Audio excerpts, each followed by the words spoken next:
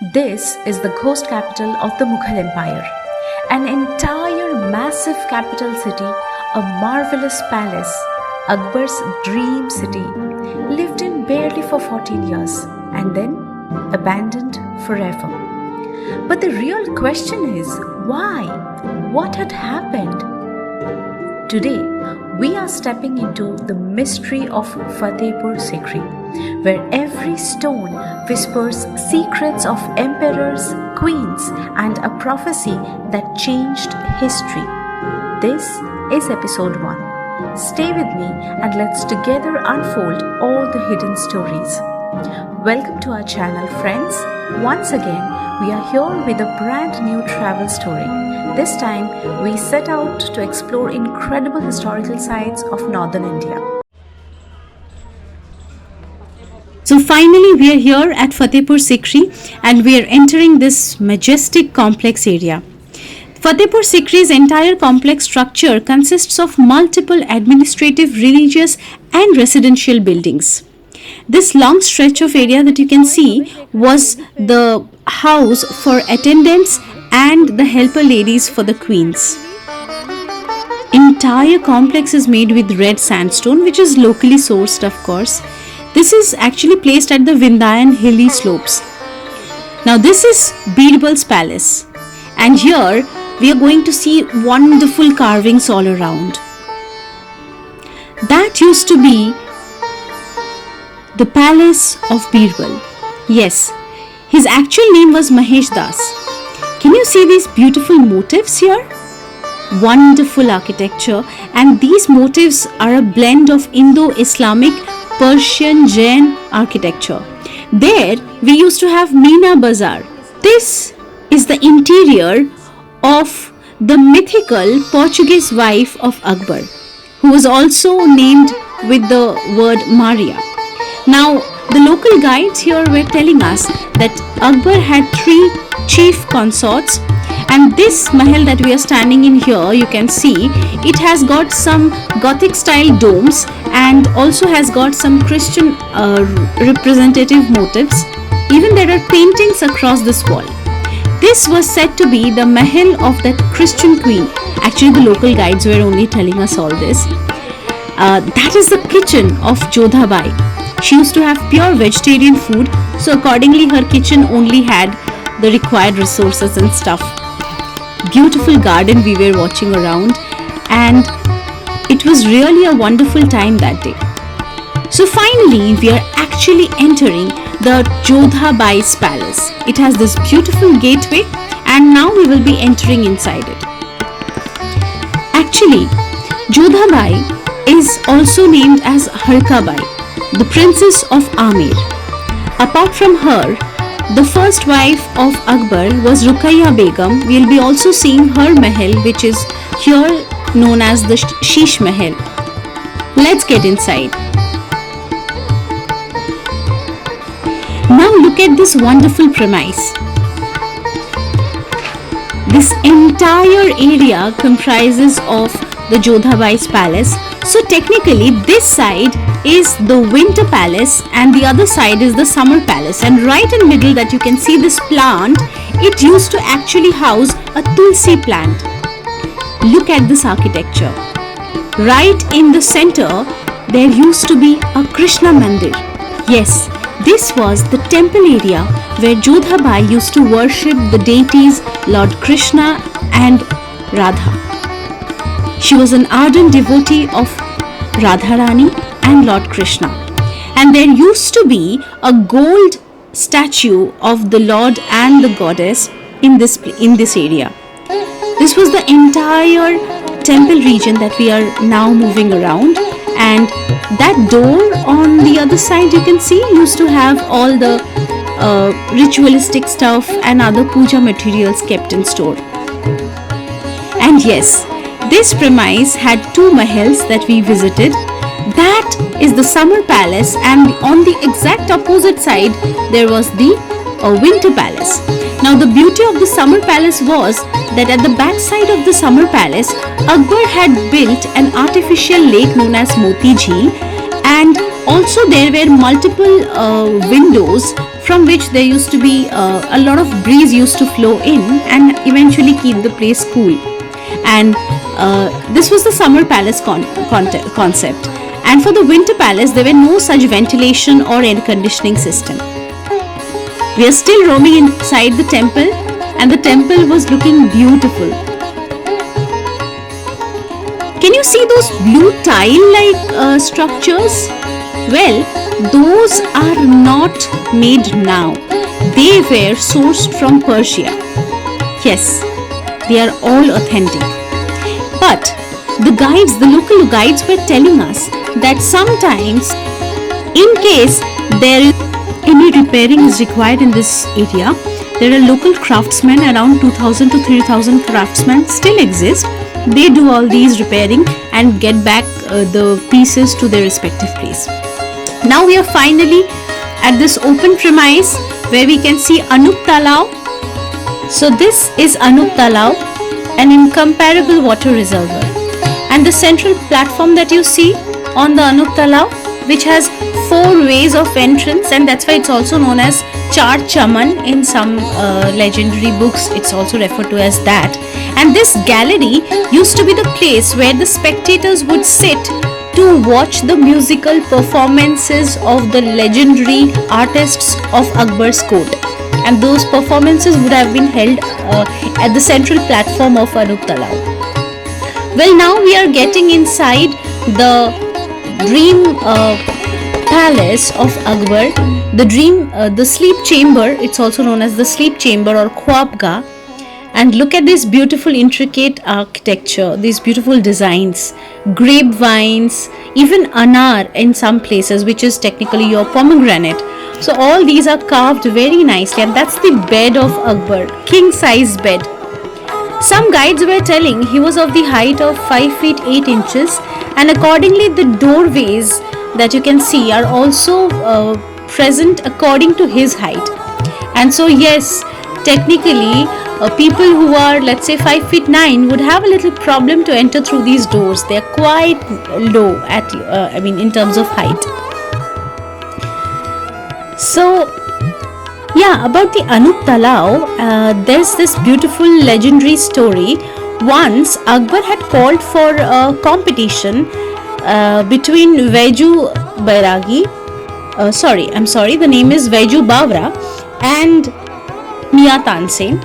So Tansen was singing Rag Deepak right on that platform, and everywhere you see these galleries, spectators were surrounded everywhere, and everywhere diyas were illuminated by the power of his singing. Right then, Veju Bavra started to sing Mia Ki Malhar or Megh Malhar, and that brought rain and finally calmed down everyone. So yes, quite magical. That is the Panch Mahal that you can see. There are layered multi-story building-like structure, and now we are finally entering the Sheesh Mahal. This is made in the format of a Turkish bath space. There are beautiful designs. In fact, this mahal might be a very small one, but the carvings, the designing is maximum, if I had to tell.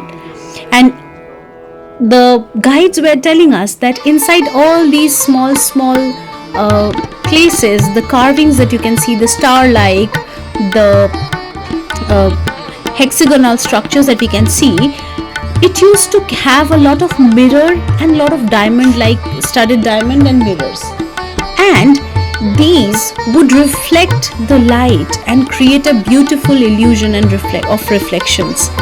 And mostly Ruqayya Begum would use this for as a makeup chamber.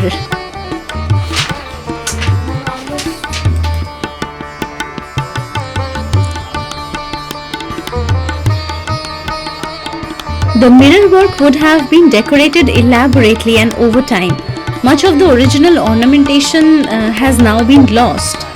But I could indeed imagine when light would fall on these mirror pieces, the entire place would sparkle brilliantly with their reflections, isn't it? we could still see the water of Anup Talao and its reflection around. See, there's no place which he would have left without any kind of designing and any kind of architectural pieces. And these are all carved. Remind you of that. These are all carved with red stone and hammer and chisel. These are all carvings on the stone. Beautiful structures, beautiful decorations, and they have influences from India, from Jain architecture, from Persia, from all around the Central Asia region, and even from the original Aryan Indian styles. Beautiful. So actually Ruqayya Begum was also the cousin of Akbar, and legends say that they used to be together from a very small age, and hence they were very close to each other. They were almost childhood besties. So almost it was like Akbar left no stone unturned to create a magnificent piece for her. There were grapevines, lotuses, pomegranate structures, and multiple other type of designs. I was really enjoying this place.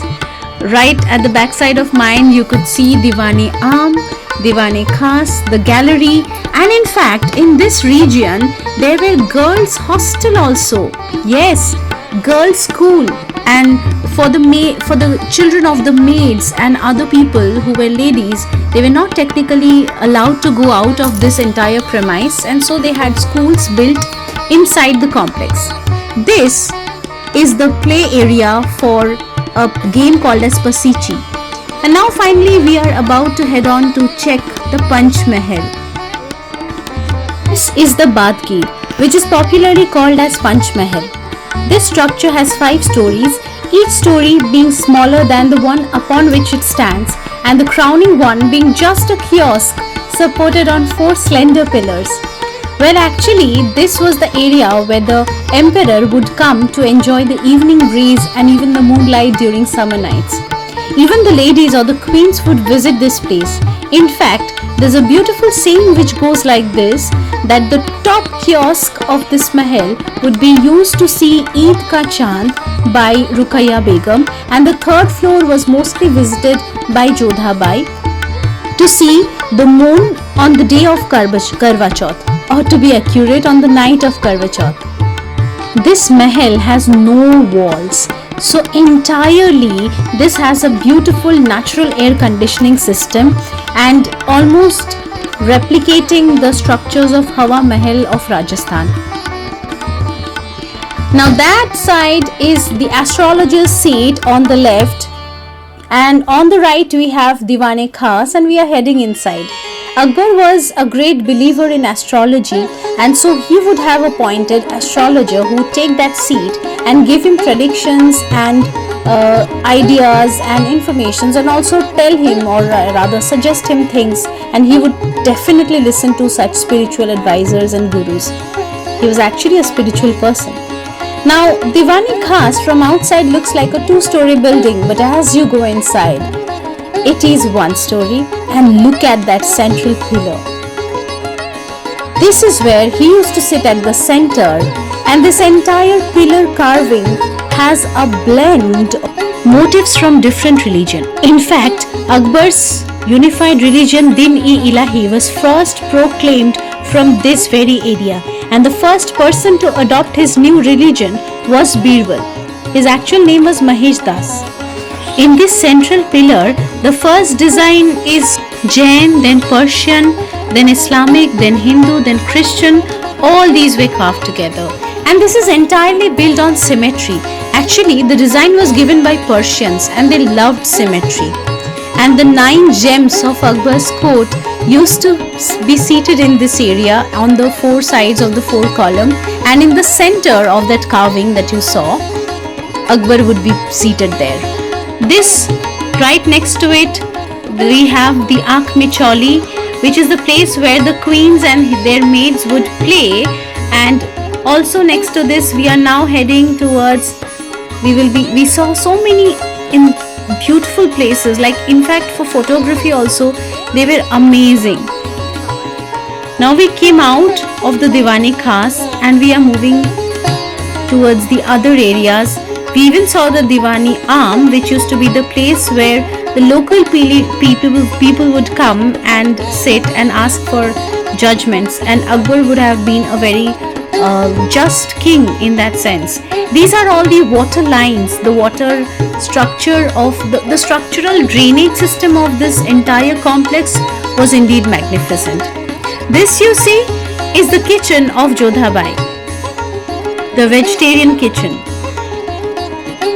Far from this place was the non-vegetarian kitchen of the other queens. I was telling to my Bengali audience that maybe in the pages of the history books you have read about all this, but unless you come to this place and actually experience the grandeur and majestic aura of the entire complex, it would really be not justified enough to explain how beautiful and magnificent it all was. So finally, from the capital city of Sikri, we have come to Fatehpur, the place where Akbar took spiritual refuge. And this gate from which we entered the place, which is just 100 meters next to the palace from where we came down. So this is the Badshahi Darwaza from which Akbar used to enter, and there lies the Buland Darwaza, the highest gateway of the world.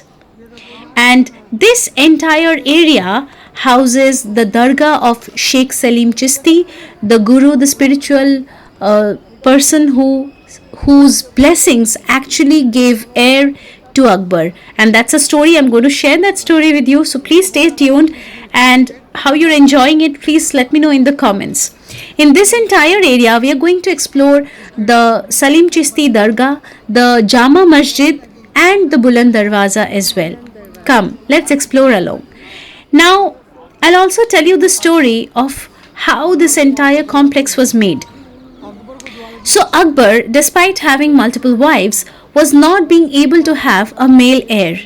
That is the time in the year around the 1570s when he heard about Sheikh Salim Chishti in this village of Sikri, and he came and asked for his blessings.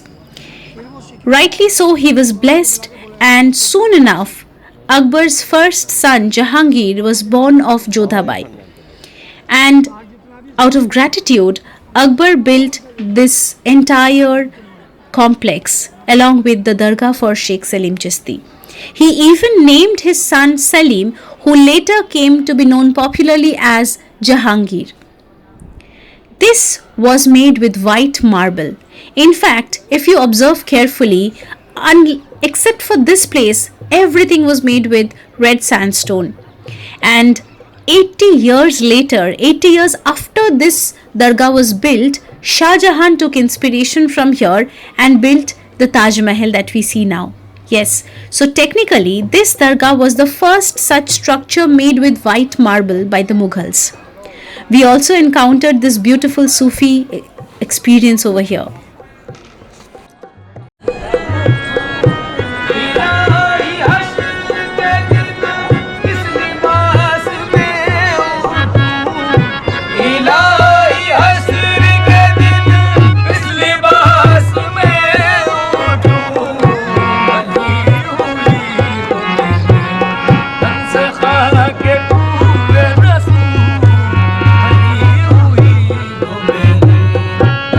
Khaki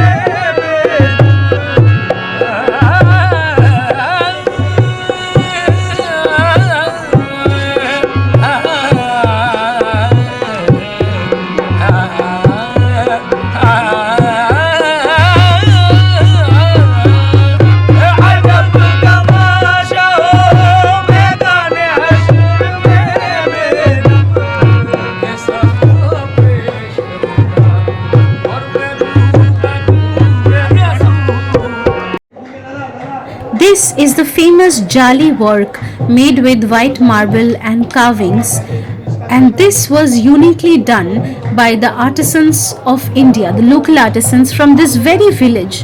In fact, the local people were telling us that still there exists around 2000 or 3000 people, the craftsmen, who actually till date do this kind of work. In fact, in case there is any kind of destruction or dilapidation of any place around, in and around this complex area, then the people of these village, the craftsmen, are being called and they repair these and put it just as we are able to see it now. So yes, under the supervision of Archaeological Survey of India, a lot of repairing and restoration work goes on in this area, and that is the reason we are able to see it till date with so much grandeur.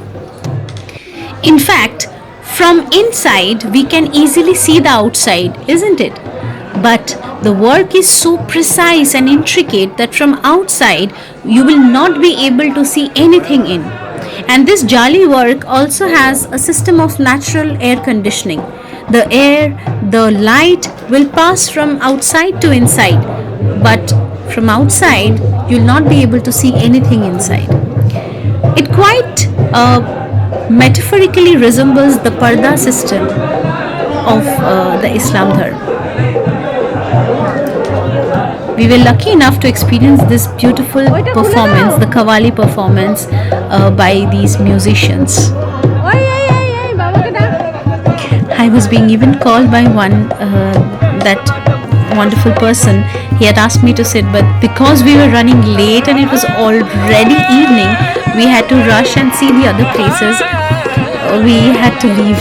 But yes, I was really feeling like I would just sit there and watch the entire performance. कोई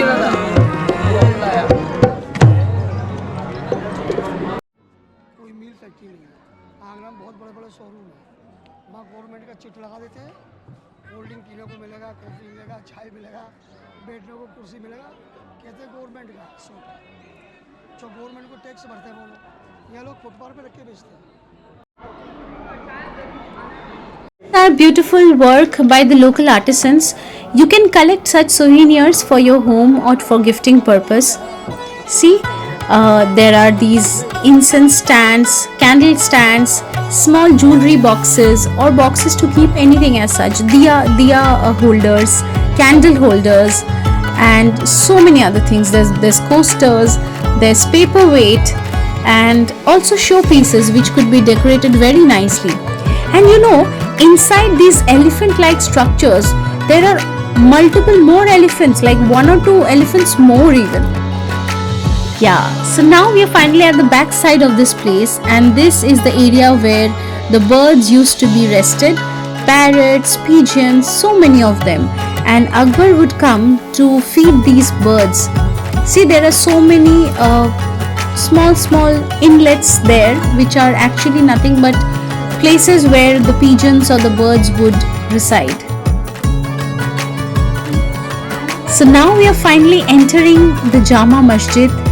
This is a magnificent one. In fact, the Jama Masjid of Delhi has taken inspiration from here. When people come here and pray, they actually face towards the Makkah, and that is how this building has been made. Inside is the main prayer hall. This prayer hall of the Jama Masjid faces towards the Makkah direction, so that when people pray, they face towards the holy city. So while construction of this mosque was completed at by around 1571 to 72, and all the monuments that you're seeing here, all of this has received UNESCO World Heritage Site recognition in the year 1986. Yes, it is a little dark over here, because by the time we reached here, now it was almost 5:15, and so the sun was almost about to set. And because it was December, last week of December, so days have already become shorter by then, and we were moving around this area, experiencing its majestic view. This chandelier that you can see here The local guides were telling us that this was actually built out of gold, pure gold. But later, because of the imperial loot, it didn't exist, and now it's just another piece of chandelier, definitely not of gold, but. So this is the real place of prayer. We just waited here for a couple of minutes and then we moved ahead. Now gradually from here we are heading towards the Buland Darwaza, the gate of victory. Its construction began around 1573 to 1575 by Akbar, and this was built to commemorate his victory over Gujarat in 1573. Now this entire complex that you can see, you know the film Pardes, if you would know the film Pardes, which starred Shah Rukh Khan and Mahima Chaudhary. It happened to be Mahima Chaudhary's debut film also, if I'm not wrong. So this film was shot in this entire area, covering various places and various monumental structures and edifices of the Fatehpur Sikri. We are standing right in front of the gate. Yes, this Buland Darwaza serves as the grand southern entrance to the mosque complex. Its total height is about 54 meters from ground level. That's nearly 180 feet, and the gateway itself is about 40 meters high. To reach Buland Darwaza, if you climb from the base area, you would have to approximately take 42 steps up. You know the wonderful paradox of this place? On this massive gateway, there's a famous inscription in Persian. It includes words attributed to Jesus Christ from Islamic tradition. Yes, a verse about the transient nature of worldly life. The inscription reads like this: "The world is a bridge, pass over it, but do not build upon it." Now think about it. This massive Fatehpur Sikri, so many palaces, so much grandeur, all this was built as a capital city, and at its entrance, Akbar is writing about the temporary nature of worldly things. It's quite paradoxical and definitely very profound. Actually, this reflects a deeper spiritual awareness, the recognition that all power and empire are ultimately temporary. Despite building this grand city, Akbar knew about its impermanence. So friends, how are you liking this video? Please let me know in the comment section. Also, share this with your friends, with your family. In fact, our visit to this place was nothing short of magical. So friends, I hope you enjoyed this very first video of ours.